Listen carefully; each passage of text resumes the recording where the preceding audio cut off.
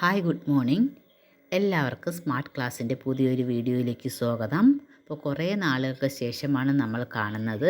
അപ്പോൾ എല്ലാവരും ടീച്ചറിൻ്റെ ചാനൽ സബ്സ്ക്രൈബ് ചെയ്യുക, ക്ലാസ്സുകൾ കാണുക. ഇന്ന് നമ്മൾ 6ാം ക്ലാസ്സിലെ ഫസ്റ്റ് ചാപ്റ്ററിലേക്കാണ് പോകുന്നത്. അപ്പോൾ എല്ലാവർക്കും പുതിയ ടെക്സ്റ്റ് ബുക്കൊക്കെ കിട്ടിയല്ലോ, ടെക്സ്റ്റൊക്കെ കണ്ടു, ആദ്യത്തെ പാഠമൊക്കെ പഠിച്ചു തുടങ്ങി. അപ്പോൾ നമുക്ക് ക്ലാസ്സിലേക്ക് പോകാം. First lesson early humans and civilisation. ആദിമ മനുഷ്യരും സംസ്കാരങ്ങളുമാണ് നമ്മൾ ഈ ലെസണിൽ പഠിക്കുന്നത്. നോക്കിയേ, ആദ്യം നമ്മൾ കൊടുത്തിരിക്കുന്നത് ജവഹർലാൽ നെഹ്റു അദ്ദേഹത്തിൻ്റെ മകൾക്കയച്ച കത്തുകൾ. അതിൻ്റെ ഒരു ചെറിയൊരു ഭാഗമാണ് ഇവിടെ കൊടുത്തിരിക്കുന്നത്. Probably the first men were hardly men like we know them today. We must have been half apes and half men, living rather than like monkeys. അപ്പോൾ ആദിമ മനുഷ്യർ ഇന്നത്തെ മനുഷ്യരെ പോലെ ഒന്നും ആയിരുന്നില്ല. പകുതി കുരങ്ങനും പകുതി മനുഷ്യനും അതുപോലെയുള്ള ഒരു കുരങ്ങിൻ്റെ രൂപത്തിലായിരുന്നു ആദിമ മനുഷ്യൻ ജീവിച്ചിരുന്നത്. Do you remember going with us to see a professor in Heidelberg in Germany? He showed us a little museum full of fossils and especially an old skull which kept carefully locked in a safe. അപ്പോൾ നോക്കിയേ, ജർമ്മനിയിലെ Heidelberg എന്ന പട്ടണത്തിൽ ഒരു പ്രൊഫസറെ കാണാൻ അപ്പോൾ അദ്ദേഹത്തിൻ്റെ മകളും കൂടി പോയി. അപ്പോൾ അവിടെ എന്ത് ചെയ്യുന്നു, ഈ മൃഗങ്ങളെയൊക്കെ സൂക്ഷിക്കുന്ന ഒരു കാഴ്ച ബംഗ്ലാവ്, അതിനകത്ത് ഒരു തലയോട് ഭദ്രമായിട്ട് സൂക്ഷിച്ചിരുന്നു. അത് ഒരു ആദിമ മനുഷ്യൻ്റേതായിരുന്നു. The skull was supposed to belong one of the earliest men. ആദിമ മനുഷ്യൻ്റെ ഒരു സ്കളായിരുന്നു അത്. We now call him as Heidelberg man simply because of the skull was found buried near the Heidelberg. അപ്പോൾ അദ്ദേഹം ഈ സ്കളിനെ വിളിച്ചിരുന്നത് ഹൈഡൻബർഗ് മാൻ എന്നാണ്. ഹൈഡൻബർഗ് മനുഷ്യൻ എന്നാണ് പിന്നെ പ്രൊഫസർ സ്കളിനെ വിളിച്ചിരുന്നത്. എന്തുകൊണ്ടാണ്? ഹൈഡൻബർഗ് എന്ന പട്ടണത്തിന് സമീപത്ത് നിന്നാണ് ഈ സ്കൾ കിട്ടിയത്. What is the historical remains that Jawaharlal Nehru mention here? അപ്പോൾ ഹിസ്റ്റോറിക്കൽ റിമെയിൻസിനെ കുറിച്ചാണ് നെഹ്റു ഇവിടെ സൂചിപ്പിച്ചത്? ഒരു ഹ്യൂമൻ സ്കളിനെ കുറിച്ച് അല്ലേ, ഒരു മനുഷ്യൻ്റെ തലയോടിനെ കുറിച്ചാണ് അദ്ദേഹം ഇവിടെ പറഞ്ഞത്. According to whom where was it obtained from? ഇത് എവിടെ നിന്നാണ് കിട്ടിയത് അദ്ദേഹത്തിന് കിട്ടിയത് ഹൈഡൻബർഗ് എന്ന് പറയുന്ന, ജർമ്മനിയിലെ ഹൈഡൻബർഗ് എന്ന് പറയുന്ന പ്ലേസിൽ നിന്നാണ് കിട്ടിയത്. The historical remains of the primitive human is estimated to lakh of years old. ആദിമ മനുഷ്യൻ്റെ ഈ ചരിത്ര ശേഷിപ്പുകളൊക്കെ ലക്ഷക്കണക്കിന് വർഷങ്ങൾ പഴക്കം അല്ലേ, ഒരുപാട് വർഷത്തെ പഴക്കം ഉള്ളതായിട്ടാണ് നമുക്ക് മനസ്സിലാക്കാൻ കഴിയുന്നത്. Let's rise our ancestors. ഇവിടെ നോക്കി, നമുക്ക് നമ്മുടെ പൂർവികരെ കണ്ടെത്താനുള്ളൊരു ശ്രമം നടത്താം.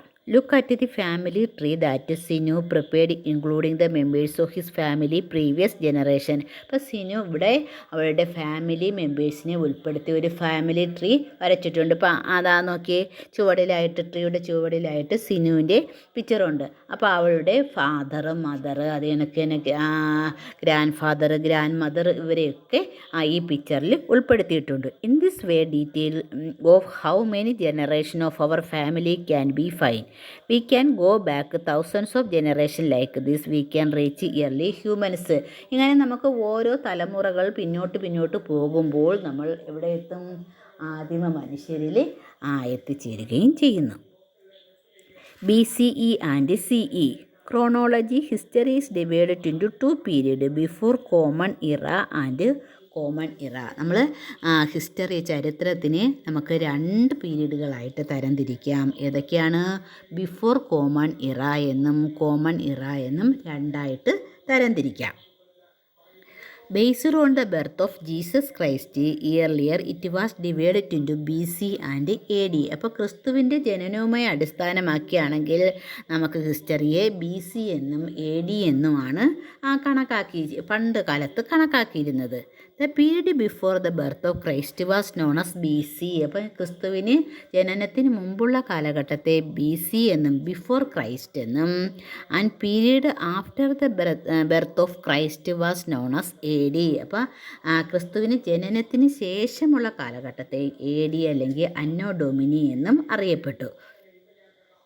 These days it is known as BCE and CE respectively. ഇന്നാണെങ്കിലോ ഇതിനെ BCE എന്നും CE എന്നുമാണ് അറിയപ്പെടുന്നത്. A century denote 100 years. A million years denote the lakh and years. അതെവിടെ കൊടുത്തിട്ടുണ്ട്? BCEയും CEയും കൊടുത്തിട്ടുണ്ട്. ബിഫോർ കോമൺ ഇറയും അത് കണക്കിന് പിന്നെ കോമൺ ഇറയുമാണ് ഇവിടെ കൊടുത്തിരിക്കുന്നത്. അപ്പോൾ ഒരു സെഞ്ചുറി എന്ന് പറഞ്ഞാൽ എന്താണ്? ഒരു സെഞ്ചുറി, ഒരു നൂറ്റാണ്ടെന്ന് പറഞ്ഞാൽ 100 വർഷക്കാലമാണ്. അപ്പോൾ നമ്മളിപ്പോൾ ഏത് നൂറ്റാണ്ടിലാണ്? 2025 എന്ന് പറയുന്നത് നമ്മൾ 21-ാം നൂറ്റാണ്ടിലാണ് നമ്മൾ ജീവിക്കുന്നത്. അതുപോലെ 100 വർഷം കൂടുമ്പോഴാണ് ഒരു സെഞ്ചുറി ആവുന്നത്. The origin and evolution of the humans. മനുഷ്യൻ്റെ ഉത്ഭവവും പരിണാമവും. Human fossils are important source that help us to learn about the history of early humans. അപ്പം പണ്ട് കാലത്തെ മനുഷ്യരുടെ ചരിത്രത്തെക്കുറിച്ചൊക്കെ അറിയാൻ നമ്മളെ സഹായിക്കുന്ന പ്രധാനപ്പെട്ട ഒരു സ്രോതസ്സാണ് ഹ്യൂമൻ ഫോസിൽ, മനുഷ്യ ഫോസിലുകൾ എന്ന് പറയും. മനുഷ്യ ഫോസിലുകൾ എന്ന് പറഞ്ഞാൽ പണ്ട് കാലത്ത് ജീവിച്ചിരുന്ന മനുഷ്യരുടെ അവശിഷ്ടങ്ങൾ, ഇതിനെയാണ് ഹ്യൂമൻ ഫോസിൽസ് എന്ന് പറയുന്നത്. It is by scientifically calculating the age of such fossils that history of the origin and evolution of the human is written. അപ്പോൾ ഈ ഫോസിലുകളുടെ കാലപ്പഴക്കം നിർണയിച്ച് മനുഷ്യരുടെ ഉത്ഭവത്തെക്കുറിച്ചും അത് കണക്ക് പരിണാമത്തെക്കുറിച്ചും ഒക്കെ നമുക്ക് പഠിക്കാനായിട്ട് സാധിക്കുന്നു. ഓക്കെ, ഫോസിൽസ് എന്ന് പറഞ്ഞാൽ എന്താണ്? The fossils are the remains of ancient plants, animals and humans. These are generally embedded in the rocks and have been preserved for the millions of years. അപ്പോൾ പണ്ട് കാലത്ത് ഉള്ള സസ്യങ്ങളുടെയും മൃഗങ്ങളുടെയും മനുഷ്യരുടെയും ഒക്കെ അവശിഷ്ടങ്ങളെയാണ് നമ്മൾ എന്തെന്ന് വിളിക്കുന്നത്? ഫോസിലുകളെന്ന് വിളിക്കുന്നത്. അപ്പോൾ ഈ ഫോസിലുകൾ ഇപ്പോൾ അന്നൊന്നും മനുഷ്യർ അല്ലെങ്കിൽ മൃഗങ്ങളെ ഒന്നും എന്ത് ചെയ്യുന്നു? ശവസംസ്കാരമൊന്നും നടത്തിയിരുന്നില്ല. ഇപ്പോൾ ഈ അവശിഷ്ടങ്ങൾ എന്ത് ചെയ്യുന്നു? പാറകളിലൊക്കെ പതിഞ്ഞ് അവ എന്ത് ചെയ്യുന്നു? വർഷങ്ങളായിട്ട് എന്ത് ചെയ്യുന്നു? അത് അടിഞ്ഞുകൂടി പാറകളിൽ സംരക്ഷിച്ചിരിക്കുന്നു. ഇത് ഹിസ്റ്റോറിയൻസ് കണ്ടെത്തുകയും ഇതിൽ നിന്ന് പഠനം നടത്തി കാലപ്പഴക്കം നിർണ്ണയിച്ച് നമുക്ക് ചരിത്രത്തെക്കുറിച്ച് പഠിക്കാൻ, പണ്ട് കാലത്തെക്കുറിച്ച് പഠിക്കാൻ നമ്മളെ സഹായിക്കുന്നു. ഹ്യൂമൻ എവല്യൂഷൻ, മനുഷ്യൻ്റെ പരിണാമം. It was Charles Darwin who proposed a scientific view on the origin of human beings. He suggested that humans have originated through the organic changes that took place over a long period of time. He called this process evolution. അപ്പം മനുഷ്യൻ്റെ ഉത്ഭവത്തെക്കുറിച്ചൊക്കെ ഒരുപാട് പല കാര്യങ്ങളും പറഞ്ഞിട്ടുണ്ട്, ഒരുപാട് ശാസ്ത്രജ്ഞന്മാർ പറഞ്ഞിട്ടുണ്ട്. എങ്കിലും എന്ത് ചെയ്തു? ഈ ഉത്ഭവത്തെക്കുറിച്ച് ശാസ്ത്രീയമായിട്ടുള്ള ഒരു കാഴ്ചപ്പാട് മുന്നോട്ട് വച്ചത് ആരാണ്? Charles Darwin. Charles Darwin. അപ്പോൾ അദ്ദേഹം ഒരുപാട് എന്ത് ചെയ്തു? പരീക്ഷണങ്ങളൊക്കെ നടത്തിയിട്ട് എന്ത് ചെയ്തു? ഒരുപാട് മാറ്റങ്ങളിൽ കൂടെയാണ് എന്തുണ്ടായത്? മനുഷ്യൻ്റെ ചേഞ്ചസ് ഉണ്ടായത് എന്നാണ്. ഈ പ്രക്രിയയ്ക്ക് അദ്ദേഹം എവല്യൂഷൻ എന്നാണ് പേര് നൽകിയത്. എന്താണ്? Evolution. He presented the theory of human evolution in his book on the origin of species published in 1859. അപ്പോൾ ഈ എന്താണ് അദ്ദേഹത്തിൻ്റെ മനുഷ്യ പരിണാമത്തെക്കുറിച്ചുള്ള സിദ്ധാന്തം 1857 on the origin of species എന്ന ഗ്രന്ഥത്തിലാണ് അദ്ദേഹം ഉൾപ്പെടുത്തിയിരിക്കുന്നത്. ഇവിടെ നമുക്ക് ചാൾസ് ഡാർവിൻ്റെ ഫോട്ടോ കൊടുത്തിട്ടുണ്ട്. Charles Darwin was born in England on February 12, 1809. അപ്പം 1809 ഫെബ്രുവരി 12 ഇംഗ്ലണ്ടിലാണ് ചാൾസ് ഡാർവിൻ ജനിച്ചത്. He was a naturalist who helped in understanding the process that led to the origin of life on Earth and diversity of living humanism. അപ്പോൾ എന്താണ് organism? അപ്പോൾ ജീവൻ്റെ ഉത്ഭവത്തെക്കുറിച്ചും അതിനൊക്കെ ജീവജാലങ്ങളെക്കുറിച്ചും ഒക്കെ മനസ്സിലാക്കാൻ എന്താണ് പഠനങ്ങളൊക്കെ നടത്തിയ ഒരു പ്രകൃതി ശാസ്ത്രജ്ഞനായിരുന്നു ഇദ്ദേഹം. Charles Darwin explained through his theory of evolution that living species evolved over a period of time took millions of years to reach its present form.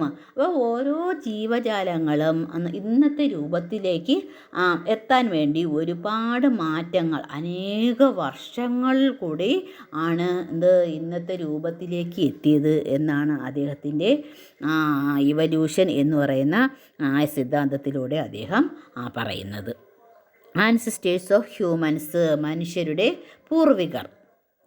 Early humans involved millions of years ago. അപ്പം നമ്മുടെ ആദിമ മനുഷ്യൻ ഒരുപാട് ദശലക്ഷം കണക്കിന് വർഷങ്ങൾക്ക് മുമ്പാണ് എന്ത് ചെയ്തത് ഉണ്ടായത്, അപ്പോൾ രൂപം കൊണ്ടത്. അപ്പോൾ അന്ന് മുതൽ എന്ത് ചെയ്യുന്നു, ഓരോ മാറ്റങ്ങളിൽ കൂടിയാണ് മനുഷ്യൻ ഇന്ന് കാണുന്ന രൂപത്തിലേക്ക് എത്തിയത്. Human evolution began from the primates, A category of mammals.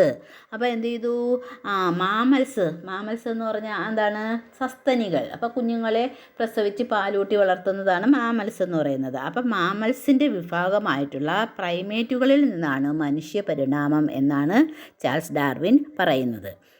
Observe the flow chart that include the various stages of evolution. അപ്പോൾ ഇവിടെ ഒരു ഫ്ലോ ചാർട്ട് തന്നിട്ടുണ്ട്, നമ്മുടെ മനുഷ്യൻ്റെ എവല്യൂഷനെ കുറിച്ചാണ് പറയുന്നത്.